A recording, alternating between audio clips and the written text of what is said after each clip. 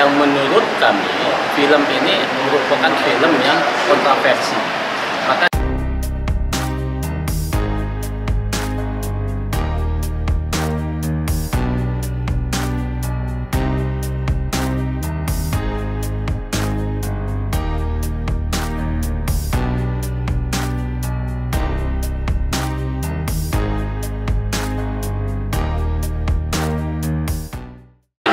agenda kita membuat laporan polisi kepada SKIM terkait dengan sebuah film, produksi film yang mengangkat sebuah cerita terkait dengan pembunuhan almarhum Vina.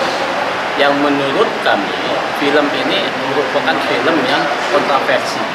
Maka dari itu poinnya ada dua. Pertama, ada delik pidana, dalam hal ini Undang-Undang ITE pasal 28 ayat 2. Kemudian yang kedua, pasal 31 Undang-Undang Perfilman. Ada dua ranah yang bisa diambil oleh penegak hukum dan juga pemerintah. Terkait pasal 28 ayat 2 tentang ITE, kemudian junto pasal 45 huruf A terkait dengan tindak pidana yang mengandung sara dan membuat kegaduhan. Nah, ini poin yang menurut hemat kami setelah konsultasi ke kawan-kawan cyber, memang ada delik pidana di situ. Nah, kemudian yang ditanya, siapa yang dilakukan dan siapa yang melakukan. Nah, laporan ini barang tentu yang memproduksi film. Jadi pihak-pihak yang memproduksi sebuah film ini dapat dimintai klarifikasi untuk menjelaskan terkait dengan produksi yang dia buat. Siapa itu? Barang tentu terkait dengan produsernya, sutradaranya, dan seterusnya. Supaya ini bisa diklarifikasi dan tidak membuat kegaduhan di publik. Kenapa kami mengatakan ini membuat kegaduhan? Karena proses hukum sedang berjalan. Beda halnya yang disampaikan rekan saya terkait dengan kasus cyanida, itu sudah ingkrah, maka dibikin sebuah cerita supaya tidak terjadi lagi hal-hal yang di kemudian hari. Tapi terkait dengan almarhum Vina, ini kasusnya belum final dan masih dalam proses penegakan hukum. Kalau ini dibingkai dan terus-menerus menjadi polemik di media ataupun polemik di publik, maka akan membuat narasi-narasi yang negatif sehingga menghambat proses penegakan hukum yang dilakukan oleh kawan-kawan penyidik dalam ini instansi kepolisian. Itu poin terkait dengan delik pidananya. Kemudian yang kedua, ini terkait dengan pasal 31 Undang-Undang Perfilman, yang mana pemerintah bisa melakukan tindakan hukumnya untuk menarik kembali peredaran film tersebut. Karena bagaimanapun juga film itu sudah diasumsikan membuat kegaduhan, sehingga memang tidak relevan kalau film itu sehingga dibiarkan. Maka penting dua lembaga ini, baik pemerintah atau penegak hukum, untuk supaya mengklarifikasi para orang-orang yang memproduksi film tersebut. Nah, memang hari ini setelah kita konsultasi ke kawan-kawan cyber, perlu memang untuk dilakukan pendumasan. Karena bagaimanapun juga ada tahapan, salah satunya menyampaikan keberatan kepada lembaga sensor. Nah, itu akan kita lakukan setelah dari sini. Mungkin nanti besok atau lusa kita akan menyampaikan lembaga sensor untuk meminta pendapat dia.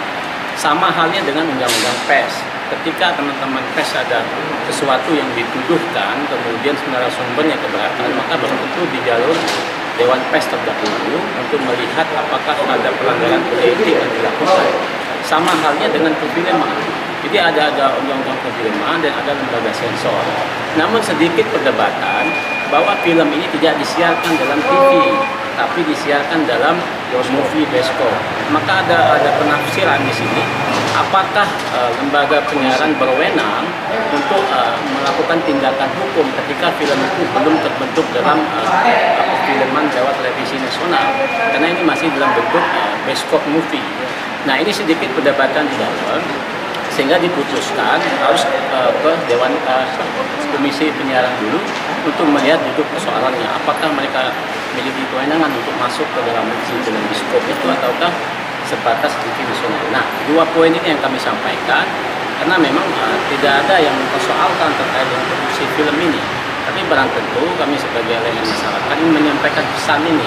Jadi ke depan jangan sampai suatu produk film mempengaruhi kebijakan hukum sehingga membuat narasi yang tidak produktif di media.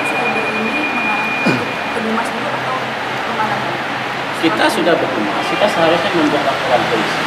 Karena setelah terjadi perdebatan di atas, memang ada hal-hal yang masih diatur dalam normatif. Salah satunya adalah film ini belum dibentuk, belum disiarkan dalam televisi nasional, baru dalam bentuk diskop ataupun movie.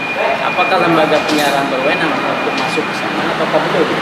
Nah, kemudian kawan-kawan saya berbilang kalau terkait dengan delik pasal 28 itu sudah memenuhi syarat, tapi baru harus diklarifikasi dulu oleh Dewan Penyiaran Televisian KPI. Karena bagaimanapun juga yang saya sampaikan tadi ada undang-undang pers yang mengatur kebebasan pers tidak bisa langsung dilapor ke kepolisian, harus melalui Dewan Pers dulu.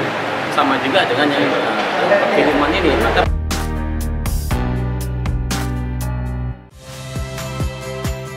saya Niluh Puspa. Saksikan program-program Kompas TV melalui siaran digital, pay TV, dan media streaming lainnya. Kompas TV, independen, terpercaya.